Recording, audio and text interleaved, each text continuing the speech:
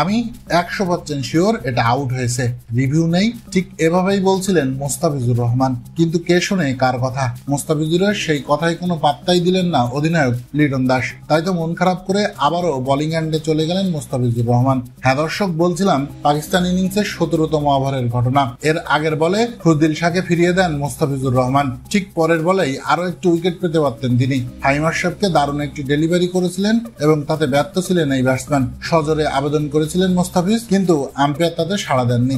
সরাসরি মোস্তাফিজুর রহমান লিটন দাসের কাছে চলে যান এবং তাকে রিভিউ নিতে বলেন, কিন্তু মোস্তাফিজের কথা শুনতে নারাজ লিটন দাস। পরে দেখা যায় এটা ছিল একেবারে স্পষ্ট আউট। বলটা মিডিল স্টাম্পে গিয়ে আঘাত করে। রিভিউ নিলেই বাংলাদেশ উইকেট পেয়ে যেতে পারত। মোস্তাফিজ পেত ব্যাক টু ব্যাক 2 উইকেট। তার উইকেট সংখ্যা 3টিও হতে পারত, কিন্তু শেষ পর্যন্ত হয়নি লিটন দাসের জন্য। মোস্তাফিজকে রীতিমতো হতাশ করেছেন তিনি। তবে যাই হোক, বাংলাদেশ শেষ পর্যন্ত দীর্ঘ 9 বছর পর টি-20তে পাকিস্তানের বিপক্ষে জয় তুলে নিয়েছে। অন্তত এই জয়ে মোস্তাফিজুর রহমান সেই দুঃখ ভুলে যেতে চাইবেন। তবে অধিনায়ক কথা না শুনলে কখনো কখনো মন খারাপ হওয়াটাই স্বাভাবিক।